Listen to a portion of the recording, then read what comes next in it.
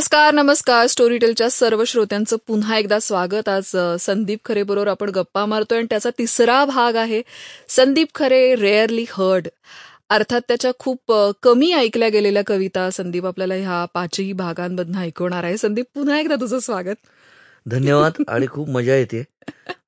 खूप दिवसांनी मी अशा नेहमीच्या नसलेल्या कविता ऐकवतो. हो, एकदम आणि इनफॉर्मल मैफिल टाईप झालंय informal, ते. त्यामुळे खूप धमाल येते. बाहेर मस्त हवा आहे संदीप, तुला जशी आवडते तशी कुंद ढग आले, पण हो. तेवढा पाऊस पडत नाहीये. रिमझिम रिमझिम मध्ये एखादी सर येऊन जाते. तर या मोहक वातावरणाच्या निमित्ताने हम्म. तुझी लँडस्केप कविता ऐकायची या एपिसोडच्या सुरुवातीलाच. हो. ही फार कमी वेळा मी कविता वाचतो पण फार सुंदर आहे. आणि मला ती विशेष आवडते, कारण मी तसा भटक्या आहे. आणि मला स्वतःला निसर्ग कविता खूप आवडतात. हो, पण तुझ्या फार आणि नाहीयेत. फार नाही आहेत, परंतु तो डोकावत राहतो अधनं हम्म, असं मला हम्म. वाटतं. की विशेषतः पावसाची काही रूपं आहेत हो. की बारिश से अक्सर मिला करता था मैं हा. और तुमसे भी कभी कभार. हम्म. बारिश से अक्सर मिला करता था मैं और तुमसे भी कभी कभार. इत्तेफाकन मगर तीनों इकट्ठा कभी नहीं मिले हैं हम. आहा. इत्तेफाकन तीनों तुम्हें इकट्ठा कभी नहीं मिले हैं हम. हम. गुजारिशें तो बहुत की थी मैंने बारिश से भी, आहा. तुमसे भी, हम्म. मगर खैर.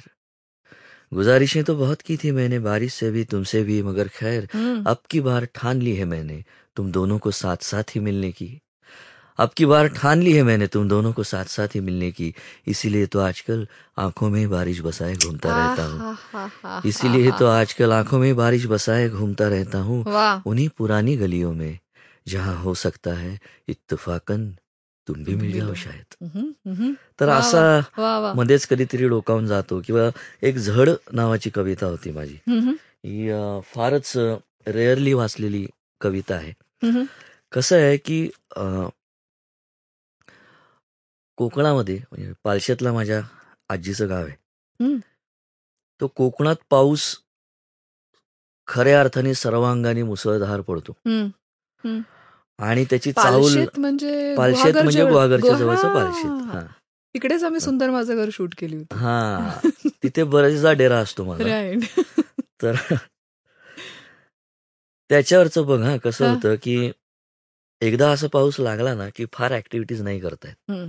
कधी कधी ते 4-4 दिवस सलग पडत राहतो. आणि मग आत्ता जसं लॉकडाऊनमध्ये आपल्याला एकांत मिळालाय, तशा प्रकारचा एक एकांत किंवा विजनवास नाही, पण बंदिवास थोडासा आपण म्हणू की घरातल्या घरात असा तो मिळतो. आणि मग ते बदलत जाणारे रंग, बदलत जाणारी हवा, तो एक पावसाचा आदमास घेत आपण बसलेलो असतो. तर झड नावाची एक कविता आहे, त्याच्यामध्ये हे सगळं लँडस्केप काढायचा प्रयत्न केला होता. तर बघ कसं वाटतं की आत्ता थोडी उघडीप आहे, कुणाच ठाऊक किती राहील. आत्ता थोडी उघडीप आहे, कुणाच ठाऊक किती राहील. कामं धामं उरकून घे, पुन्हा झड चालू होईल. झड येईल आडव्या अंगे झपाटल्यागत सर सर सर. झड येईल आडव्या अंगे झपाटल्यागत सर सर सर. काय राहील घर अंधार, पृथ्वीच नसेल थाऱ्यावर. काय राहील घर अंधार, पृथ्वीच नसेल थाऱ्यावर. नजर जाईल वरवर तिथवर ढगच ढग खोल खोल. ते कसं आभार दिसतं ना की एकाच वेळेला असं तो भव्यपणा आणि थोडीशी भीती पण येते मनामध्ये की काय प्रचंड आहे सगळं. की नजर जाईल वरवर तिथवर ढगच ढग खोल खोल. सगळ्या दिशा सगळ्या वाटा सगळे वाटणे गोल गोल. सगळ्या दिशा सगळ्या वाटा सगळे वाटणे गोल गोल. आत्ताच उरक सारे घेण्याचे अन देण्याचे. आत्ताच उरक सारे घेण्याचे अन देण्याचे. हा म्हणता कौलारावर नाचेल पाऊल पाण्याचे. हा म्हणता कौलारावर नाचेल पाऊल पाण्याचे. आणि मग बघ की सौम्य तरी ठामपणे पाऊस सारे हातात घेईल. सौम्य तरी ठामपणे पाऊस सारे हातात घेईल. आवाज पांघरून पावसाचा मग फक्त बसून राहायचे होईल. आवाज पांघरून पावसाचा. वा वा. तिथे एक सतत आजूबाजूला असतो बघ. आणि Sample complete. Ready to continue?